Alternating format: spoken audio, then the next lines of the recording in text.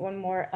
Without getting into what the conclusion is, tomorrow is the deadline for the national security memorandum that this building needs to deliver to Congress. Again, I don't expect you to tell us what, if any, conclusion has been made, but has a conclusion been made as to whether Israel has violated U.S. or international law? I'm not going to answer that question directly because the report is not yet finished. We are working incredibly hard to get that report finished, get that report finalized, and get it delivered to Congress as soon as possible. Do you expect it to be delivered tomorrow?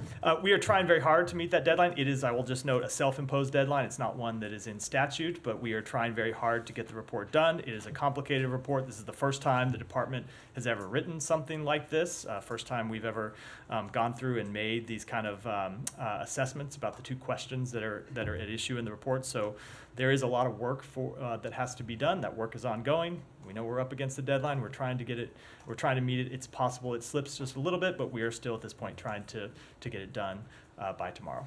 Sorry, is this the first time you guys have ever written a report about whether your military sales to a foreign country are being used in violation or not in violation? It is the first time we have had to write this kind of report that's called for in the NSM. Yeah, there may be other ones, but successive you and your predecessor and in previous administrations have always talked about how you're always looking into whether or not the weapons that you provide to countries are used in compliance with it. And this is now all of a sudden it's the first time? Those are different questions, Matt. We are always looking into how things are used, but those are ongoing assessments. And right now, these are ongoing assessments. And that's what makes the process a little difficult. We have ongoing assessments that are being made. And in the middle of that process, we are, because we decided it was a good idea to do on our own volition, stopping in the middle of that and making assessments about or answering questions about Israel's compliance with international humanitarian law,